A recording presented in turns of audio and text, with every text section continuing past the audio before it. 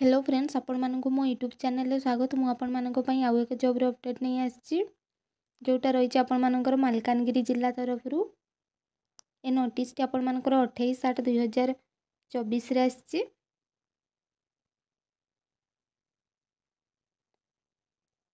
एवं ए vacancy T रही आपण मानकर लेडी मैट्रन पई वैकेंसी टी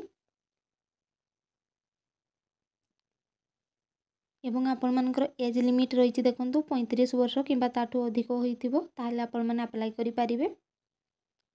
एवं आपण मानकर क्वालिफिकेशन रही ग्रेजुएशन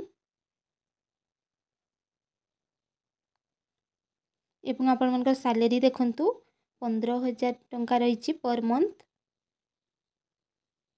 ए वैकेंसी टी आपण मानकर रहिबो एसटीएससी गर्ल्स हॉस्टल मानकर लेडी मैट्रन रो वैकेंसी टी। आपण माने एही पोस्ट रे अप्लाई करिवा पई चाहुथिले वीडियोटी को निश्चित देखंतु। एहार लास्ट डेट टी रही 27/9/2024 एवं एहार अप्लाई मोड टी रही स्पीड पोस्ट किंबा रजिस्टर पोस्ट द्वारा अप्लाई करिवे। देखंतु टोटल वैकेंसी रही 27 गोटी। आपण माने एही नोटिफिकेशन टी को पढिबा पई चाहुथिले डिस्ट्रिक्ट वेबसाइट को जाई कि आपण माने पढि परिबे। एहार डिस्ट्रिक्ट वेबसाइट टी रही malkangiri.odisha.gov.in। एही वेबसाइट रे जाई कि आपण माने पढि परिबे।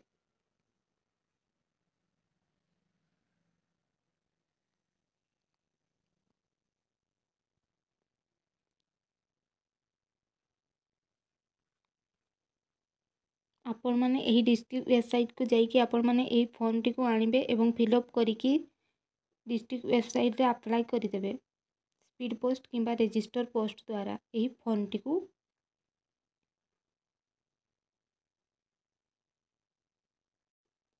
इसेंशियल क्वालिफिकेशन देखंतु आपण माने ग्रेजुएशन पास करथिले अप्लाई करि परिबे। एवं आपण मानकर मैरिटल स्टेटस देखंतु आपण मानकर फर्स्ट प्रेफरेंस देबे आपण मानकर विडो माननकु एवं सेकंड प्रेफरेंस देबे आपनकर डाइवोर्स माननकु।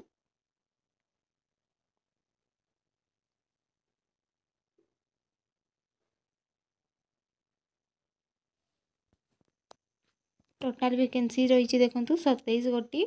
एही सब स्कूल गुडाकर वैकेंसी रही देखंतु।